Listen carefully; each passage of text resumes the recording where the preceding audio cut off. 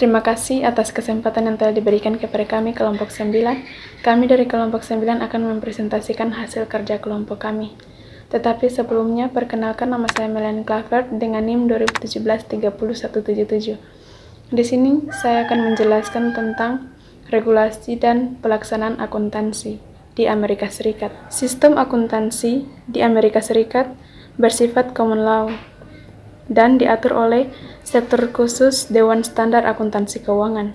Namun untuk kewenangannya di bawah Securities and Exchange Commission, yaitu memiliki kewenangan penuh untuk laporan perusahaan publik, akan tetapi bergantung pada sektor swasta dalam penerapan standarisasi tersebut.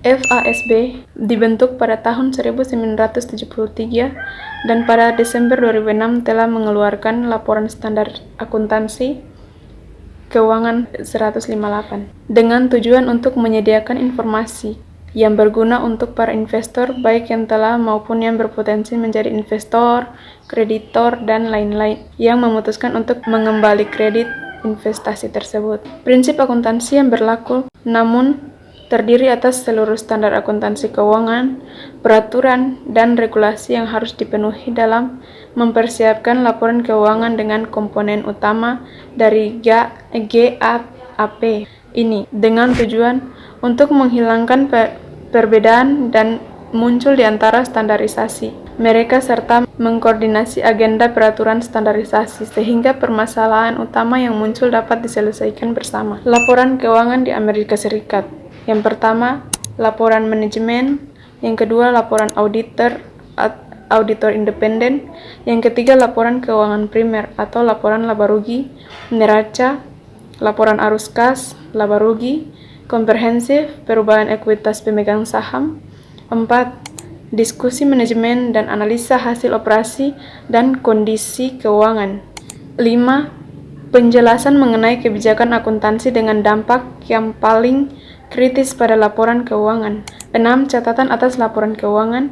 Yang ketujuh, perbandingan data keuangan selama 5 tahun atau 10 tahun. Yang kedelapan, data triwulan yang terpilih. Terima kasih atas kesempatan yang telah diberikan. Nama saya Hasan Gaspers dengan NIM 2017-30016. Jadi di sini saya akan melanjutkan materi yang sebelumnya telah dibahas oleh teman saya. Di sini saya akan membawa materi bagian negara kedua, yaitu negara Meksiko, dengan 3 poin utama, yaitu poin pertama yaitu regulasi dan pelaksanaan akuntansi pada bagian negara Meksiko. Jadi sistem akuntansi negara Meksiko adalah Code Law dan standarisasi akuntansinya dikeluarkan oleh CINIF atau Council for Research on Development of Financial Information Standard. Lalu di sini untuk standarisasi proses audit yang dikeluarkan oleh Mexico Institute of Public Accountant atau bisa juga melalui Auditing Standard dan Prosedur Commission. Dan yang terakhir adalah sistem akuntansi di Meksiko menggunakan pendekatan sistem Inggris Amerika atau Anglo-Saxon daripada pendekatan Eropa kontinental. Prinsip akuntansi di Meksiko tidak membedakan antara perusahaan kecil dan besar serta dapat diaplikasikan ke semua bidang bisnis. Poin kedua yaitu laporan keuangan bagian negara Meksiko. Jadi di sini pada bagian laporan keuangan di negara Meksiko harus disesuaikan dengan tingkat inflasi yang terjadi dan harus meliputi yaitu sebagai berikut. 1 adalah neraca, kedua adalah laporan laba rugi, ketiga adalah laporan perubahan ekuitas pemegang saham, keempat adalah laporan perubahan posisi keuangan, kelima adalah catatan, merupakan bagian yang melingkupi laporan perubahan proses keuangan yang juga meliputi antara lain sebagai berikut: kebijakan akuntansi pada perusahaan, ketersediaan material, lalu komitmen untuk pembelian saham substansial atau di bawah kontrak, lalu yang terakhir adalah penjelasan mendetail menggunakan utang jangka panjang dan kurs mata uang asing yang juga dibagi atas sebagai berikut, yaitu batasan dividen, jaminan, rencana pensiun pegawai, transaksi dengan perusahaan sejawat, dan juga terakhir pajak. Lalu pada poin ketiga, saya akan menjelaskan tentang patokan akuntansi bagian negara Meksiko. Jadi di sini pada patokan akuntansi negara Meksiko terbagi atas beberapa, yakni bisnis gabungan dengan metode pembelian. Kedua adalah goodwill yang merupakan kelebihan harga pembelian terhadap nilai aset bersih yang didapatkan. Ketiga adalah aset berwujud dan tak berwujud yang didepresiasi berdasarkan masa manfaatnya. Keempat adalah biaya penelitian dibebankan saat terjadinya dan biaya pengembangan dikapitalisasi. Lalu ada sewa guna usaha termasuk ke dalam financial leases. Lalu ada kerugian bersyarat, cadangan tak terduga, dan yang terakhir adalah pajak tangguhan. Perkenalkan, nama saya Warni Halim, NIM 2017-30347. Materi saya yaitu tentang Jepang. Regulasi dan pelaksanaan akuntansi. Pemerintah nasional memiliki pengaruh yang signifikan terhadap akuntansi Jepang. Regulasi akuntansi berdasarkan pada 3 badan hukum, yaitu Undang-Undang Perusahaan, Undang-Undang Pertukaran dan Sekuritas, Undang-Undang Pajak Penghasilan Perusahaan. Ketiga badan hukum tersebut saling berhubungan dan berinteraksi satu sama lain. Undang-Undang Perusahaan diatur oleh Ministry of Justice. Undang-Undang Pertukaran dan Sekuritas diatur oleh Financial Service Agency. Laporan keuangan. Perusahaan yang bergabung di bawah Undang-Undang Perusahaan dibutuhkan untuk mempersiapkan laporan yang berwenang untuk disetujui pada saat rapat para pemegang saham, yang berisi neraca, laporan laba rugi, laporan atas perubahan ekuitas pemegang saham, laporan bisnis, laporan terkait, dan yang terakhir yaitu tentang patokan akuntansi. Undang-Undang Perusahaan membutuhkan perusahaan besar untuk mempersiapkan laporan keuangan gabungan. Sebagai tambahan, perusahaan yang terdaftar harus mempersiapkan laporan keuangan gabungan di bawah Undang-Undang Pertukaran dan Sekuritas. Terima kasih. Sebelumnya, perkenalkan, nama saya Christina Talenahak dengan NIM 2017-30115. Materi pertama yang akan saya bawakan yaitu regulasi dan pelaksanaan akuntansi di Cina. Undang-Undang Akuntansi terakhir kali diubah pada tahun 2000, mencangkup semua perusahaan dan organisasi, termaksud semua yang tidak dipegang atau diatur oleh negara.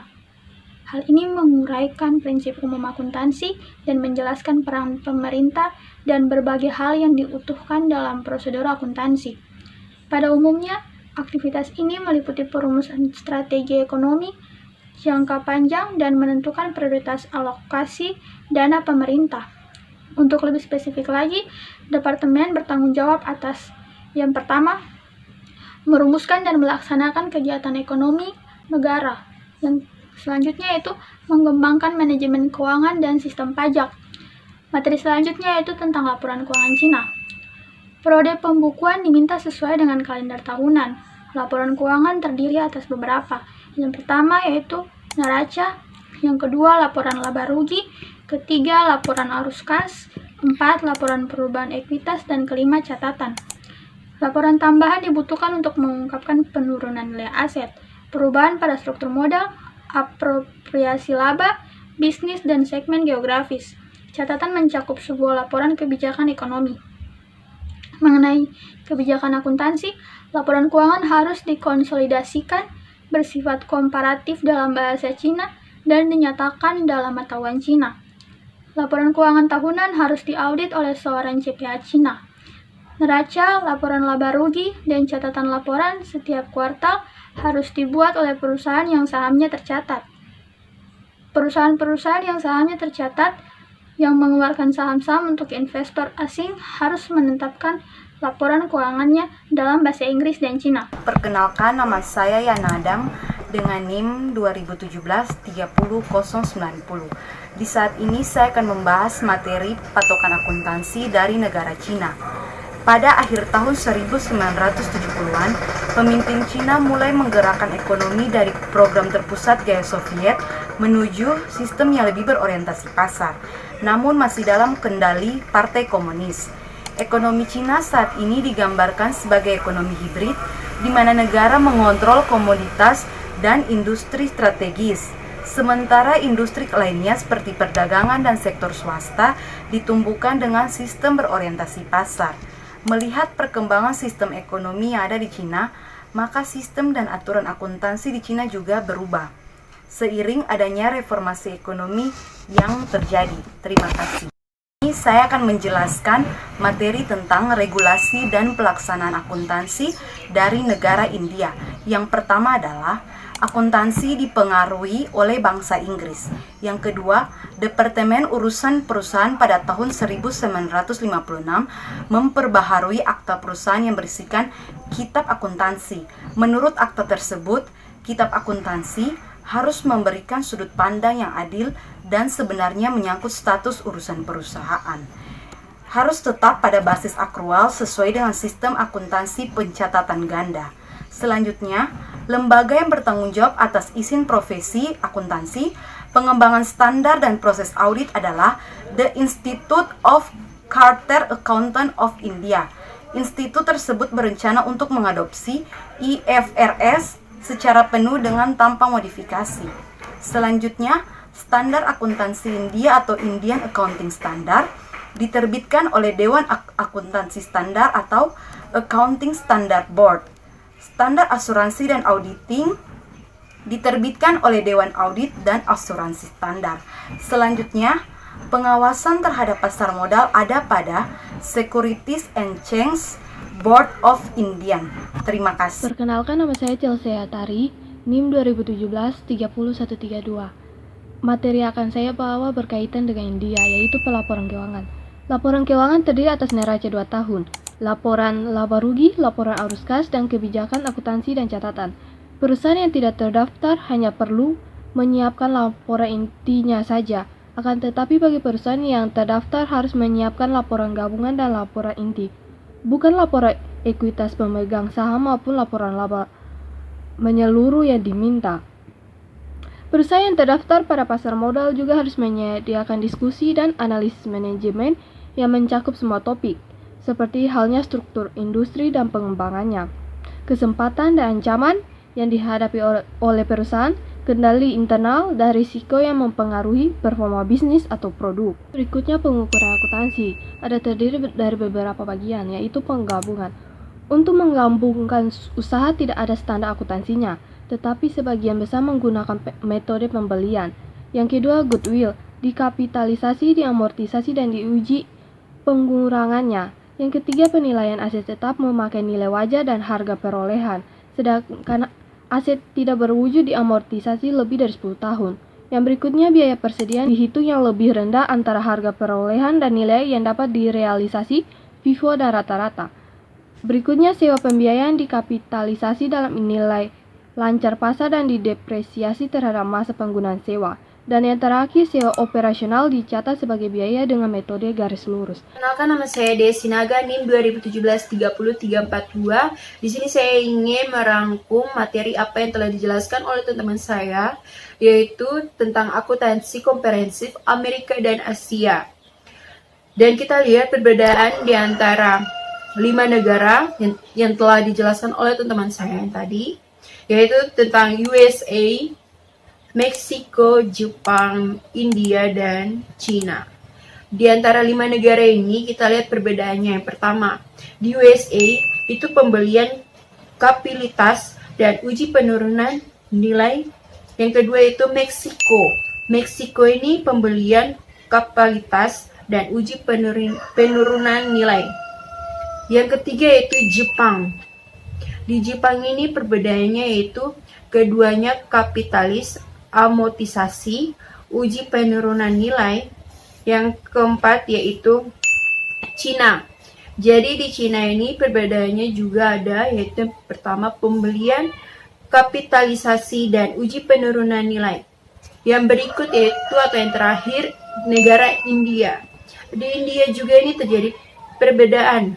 Yang pertama keduanya kapitalis, amortisasi, uji penurunan nilai. Sama halnya juga seperti di Jepang. Jadi, sekian dan terima kasih dari kelompok kami.